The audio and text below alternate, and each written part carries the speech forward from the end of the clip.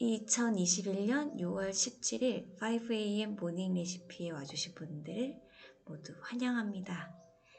우리는 모두 하나다 를 주제로 오늘의 명상 시작하겠습니다.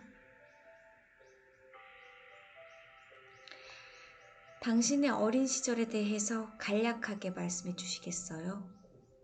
이 질문은 내가 그동안 많은 고객에게 했던 것이다.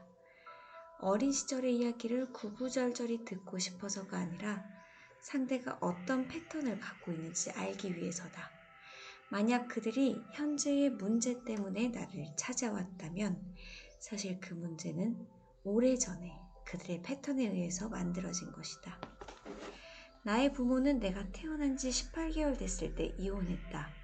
내가 기억하기로는 이혼 당시의 상황은 그다지 나쁘지 않았던 것 같다. 하지만 내가 기억하는 끔찍한 사건은 바로 어머니가 입주 가정부로 일하러 가면서 나를 다른 곳에 맡겼던 일이다. 사람들의 말에 따르면 나는 3주 내내 쉬지 않고 울어댔다고 한다. 나를 돌보던 사람들은 결국 두 손 두 번 다 들고 어머니에게 연락해서 나를 데려가라고 했다. 결국 어머니는 나를 데려가야 했고 다른 일을 찾아야만 했다. 지금 와서 당시 어머니가 남편 없이 혼자 아기를 키우신 것을 돌이켜보면 감탄할 수밖에 없다.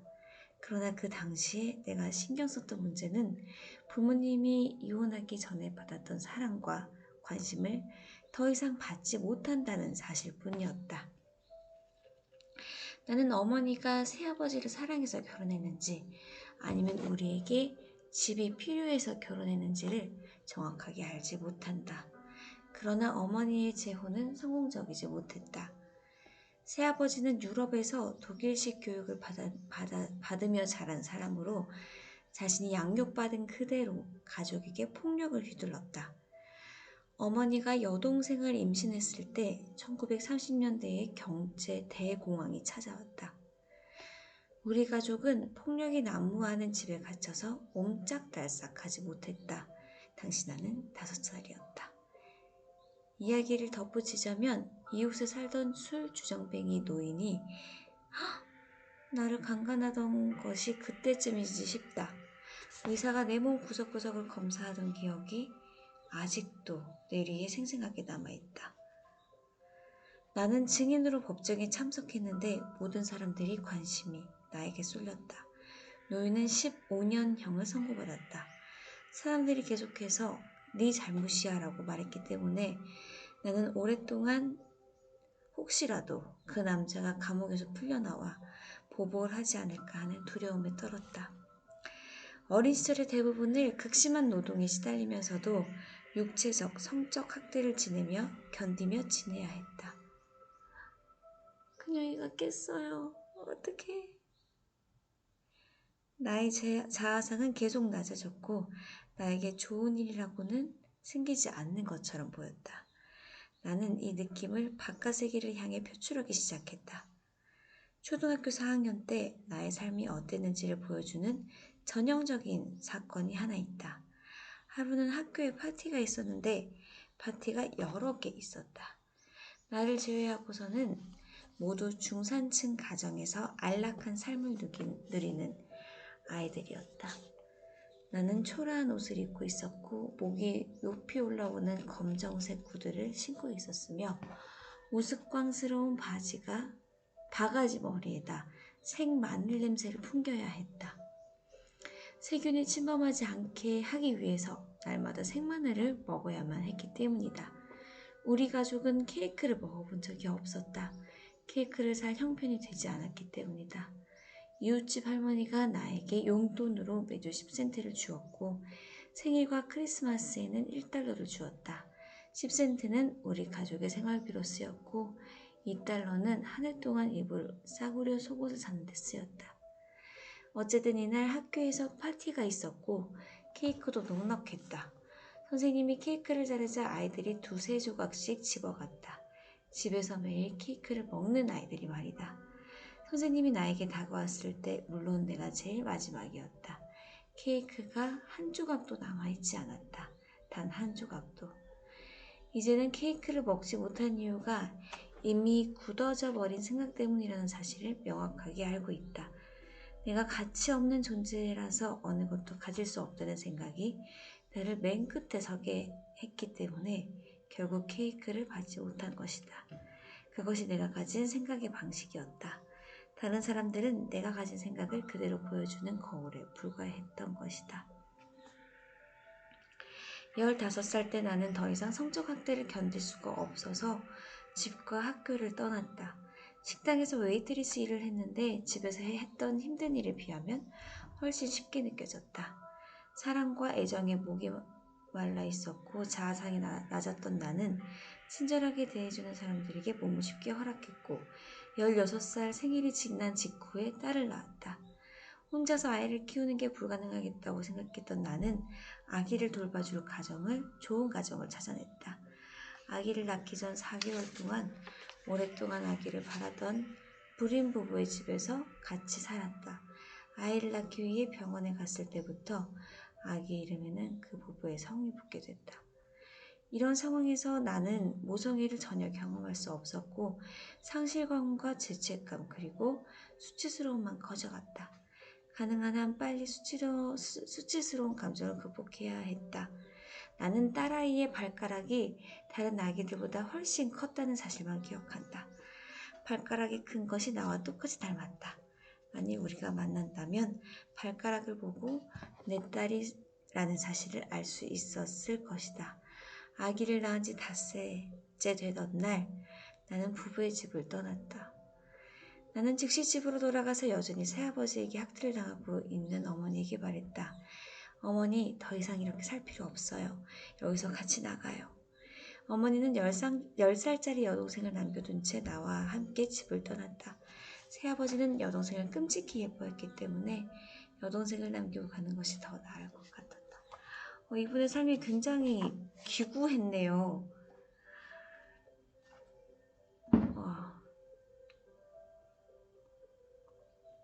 어머니가 자그마한 호텔에 청소부로 취직하고 자유롭게 편히 쉴 수 있는 아파트로 이사하도록 도와드린 다음에야 나는 내 임무를 다 했다는 생각이 들었다. 나는 친구와 함께 한 달만 머물 생각으로 시카고로 떠났다가 30년이 넘도록 눌러 살았다. 어린 시절에 경험했던 폭력과 자신이 가치 없는 존재라는 생각이 결합돼서 나는 계속 나를 함부로 대하고 심지어 나를 때리기도 하는 나쁜 남자들을 인생이 계속 끌어들였다. 나는 남은 인생을 남자들을 원망하며 지낼 수도 있고 계속 나쁜 남자들을 사귀면서 지낼 수도 있었다. 그러나 차츰 직장에서 일이 풀리면서 자긍심이 점차 높아졌고 나를 함부로 대하던 남자들이 인생에서 사라지기 시작했다. 학대당하는 것을 당연하게 여기던 나의 낡은 사고방식이 변하자 그들은 더 이상 내 곁에 있을 수 없어서 떠난 것이다. 그 남자들에게 아무런 잘못이 없다는 뜻은 아니다. 다만 부정적으로 생각하는 나의 패턴이 없었다면 그 남자들이 나에게 접근하지도 않았을 것이라는 뜻이다. 이제 여자를 학대하는 남자는 나에게 아무런 관심도 갖지 않는다. 나의 패턴이 더 이상 그런 남자들을 끌어당기지 않기 때문이다. 나머지는 내일 읽을게요. 이분의 삶이 되게 슬펐네요. 네. 치유가 이분의 삶의 이야기를 들으면서 이런 분도 어떻게 극복을 한 거죠. 네, 긍정학원 하겠습니다. 함께 같이 읽어주세요. 이거 사진 찍었는데 제가 안 올렸군요.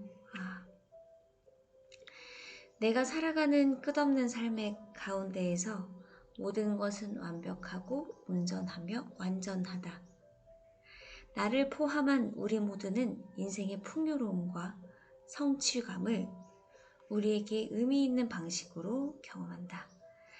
나는 이제 사랑의 눈으로 과거를 돌아보며 과거의 경험으로부터 교훈을 얻는다. 과거에 벌어진 일을 놓고 울다, 그러다, 좋다, 나쁘다라고 말할 수는 없다. 과거는 이미 지나간 일이다. 매 순간의 경험이 있을 뿐이다. 과거에서 현재로 나를 이끌어준 나를 사랑한다. 나는 우리가 영적으로 동일한 존재라는 사실을 알기에 나의 존재를 경험으로 모든 사람들과 나누고 싶다. 나는 나의 세상에서는 모든 일이 순조롭다.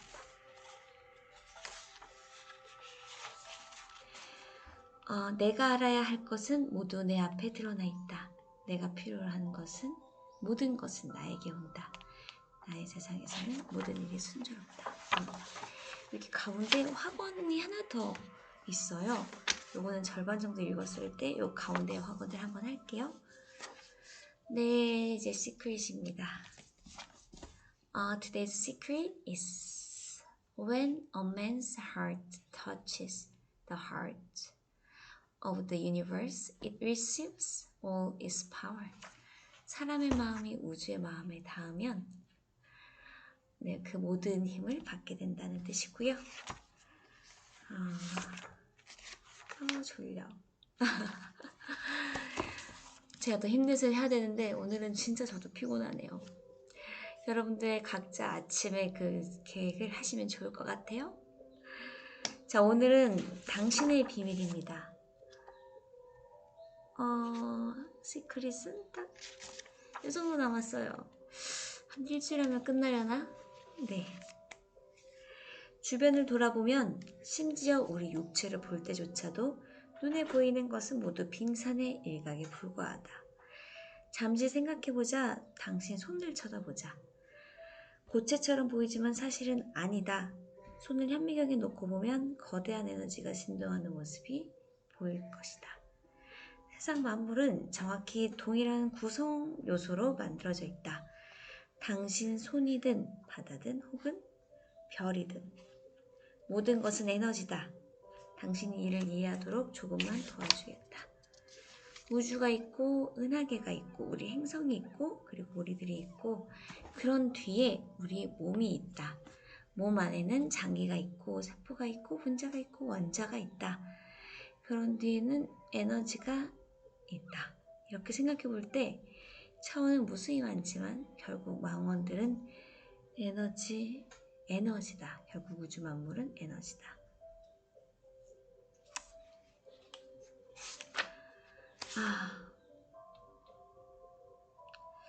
오늘 시크릿은 여기까지 할게요.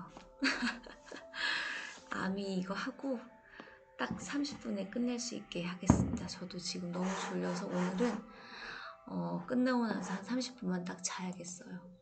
오늘 너무 피곤하네요. 어제 숙직을 하고서 일찍 잤어야 됐는데 엊그제도 늦게 자고 어제도 근영이가 좀 늦게 자면서 11시 넘어서 잤더니 이렇게 피곤할 수가 없네. 몸이 너무 무거워요. 그래서 이거 하고 조금 일찍 끝내겠습니다. 각자 여러분들은 하시는 거 하세요. 운동을 하셔도 좋고요. 진짜 귀 좀 만지면서 잠 깨워야겠다. 확언 노트 맞아 쓰셔도 좋고요. 네. 자, 그러면 오늘의 마지막 BTS 팬클럽 아미로 보는 브랜드 커뮤니티 조건입니다. 어제 여기까지 했거든요. 아미는 점처럼 존재하는 세계 시민입니다. 라는 건데요. 많은 분들이 BTS 자체를 넘어서 아미를 주목하고 있어요. 한 아이돌의 팬덤이 조명받는 경우는 많지 않은데 아미는 좀 다른 것 같습니다.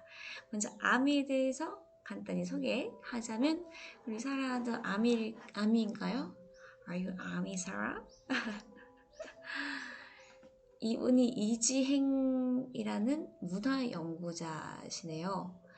많이들 아시겠지만 BTS의 팬덤을 아미, Adorable Representative MC for Youth라고 합니다. 여느 팬들과 마찬가지로 그들이 좋아하는 BTS의 음악과 콘텐츠를 즐기고 소셜미디어를 통해 BTS를 공유하고 전파를 합니다. 정확히는 BTS와 관련된 콘텐츠를 실어 나르거나 직접 제작해 알리죠.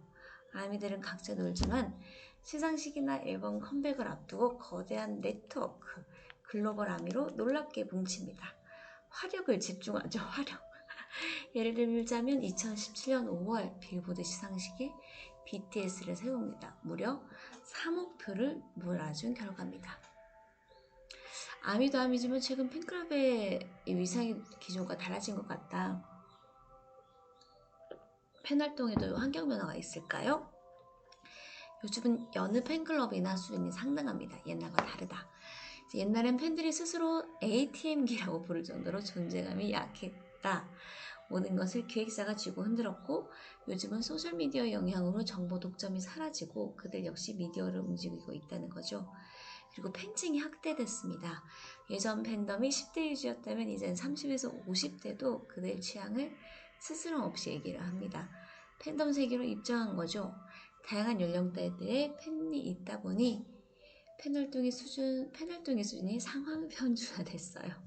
여러 층위가 있다 보니 서로 조금 더 조심하는 거죠. 그리고 요즘 10대는 예전 대학생들의 수준의 화법과 안목을 가지고 있어요. 너무 많은 걸 보고 들은 거죠.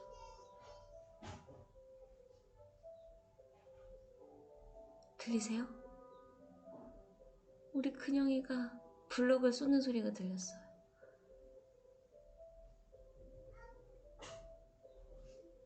팬클럽 이제 우습게 봤다간 큰일 납니다. 아, 우리 큰형이 또 왜 이렇게 일찍 일어났어? 빅뱅의 승리, 잭스키스의 강성훈 등 불미스러운 일을 일으킨 아티스트에 대해선 팬들이 보이콧을 하거나 퇴출도 요구합니다. 예전에도 비슷한 경우가 있었지만 기획사들이 그닥 반응은 안 보였는데 이제는 반응을 한다는 거죠. 팬클럽의 위상이 굉장히 많이 변했습니다. 그 중에서도 아미들만 나타내는 특징이 있나요? 페이스북, 트위터, 인스타그램 등 공식 계정의 팬 총합은 누적 1억 명이 넘습니다. 어마어마한 규모의 팬들인데요. 한국 역사상 이렇게 많은 팬들과 연결된 뮤지션이 있었을까요? 아미는 한국에만 있지 않고 전 세계에 있습니다. 10대에만 국한되지 않고 전 연령대가 있고요. 그러다 보니 자연스럽게 세계 시민 정신을 경험합니다. 이제 아미 안에는 하나의 이슈를 한국인의 시각으로만 볼 수가 없습니다. 그 예가 화이트 페이퍼 프로젝트인데 멤버 지민의 티셔츠 착용으로 인해 불거진 논란을 백서로 발간한 거죠. 아, 이런 일이 있었나요? 이때 한국인의 시각만이 아닌 일본, 유럽, 미국 등 세계 각지의 팬들의 시선과 생각을 담았는데 협소한 시각이 아닌 다양한 관점과 배경을 보고 문제를 해결해 나가는 것. 그렇게 아미들은 이 사건을 통과하면서 세계 시민이란 특별한 경험을 하게 되는 거죠. 이게 화이트 페이퍼 프로젝트가 2018년 11월 일본 아사히 TV가 지민이 과거에 입었던 티셔츠 디자인을 문제 삼아 뮤직 스테이션 출연을 갑작스럽게 취소해서 외신에서도 주목을 했고요. 한일 갈등 관계가 다시 세계적 관심을 받았던 사건이 있었습니다. 지민이 입었던 티셔츠에는 패트리셔니즘 맞나요? 패트리어티즘 Our History, Liberation, Korea 등이 쓰여 있었고 2차 세계대전 종전과 해방을 축하하는 대한민국 국민들의 모습에 더해 나가사키에 투하된 원자폭탄으로 생긴 버섯걸음을 지키는 항공사진도 있었고요. 일본 측은 폭탄 투하 사진을 삼았다고 합니다. 자, 아미는 정말 굉장히 거대하면서도 긴밀한 조직인데 도대체 누가 운영을 하는 거죠? 아미는 지금의 모든 팬덤들이 그렇듯 점조직이에요. 어느 특정 개인이나 집단이 운영한다고 볼 수 없고요. 각지의 소셜미디어에서 놀고 또 팬들의 관심을 끄는 콘텐츠가 있는 여러 플랫폼을 드나들며 팬심을 발휘합니다. 여느 팬클럽과 마찬가지로 이들 역시 자발성이 강하고 이슈에 따라 그들끼리 모였다가 흩어지기도 하고 이게 글로벌하다는 게 굉장히 특이하다는 거죠. 언어 장벽이 낮아졌어요. 구글 번역기, 파파고 같은 번역 서비스를 이용하면서 한두 명이 의지하지 않고 여러 의견을 보며 자신의 생각을 쌓아갑니다. 보통 개인들이 모여 팬덤 안에서 보통이 아닌 변화를 경험하고 있다는 거죠.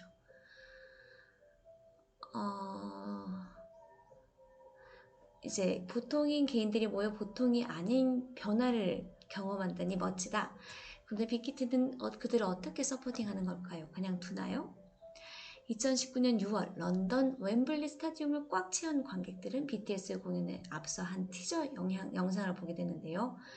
바로 빅히트가 자체적으로 론칭하는 온라인 플랫폼의 위버스에 대한 영상이었습니다.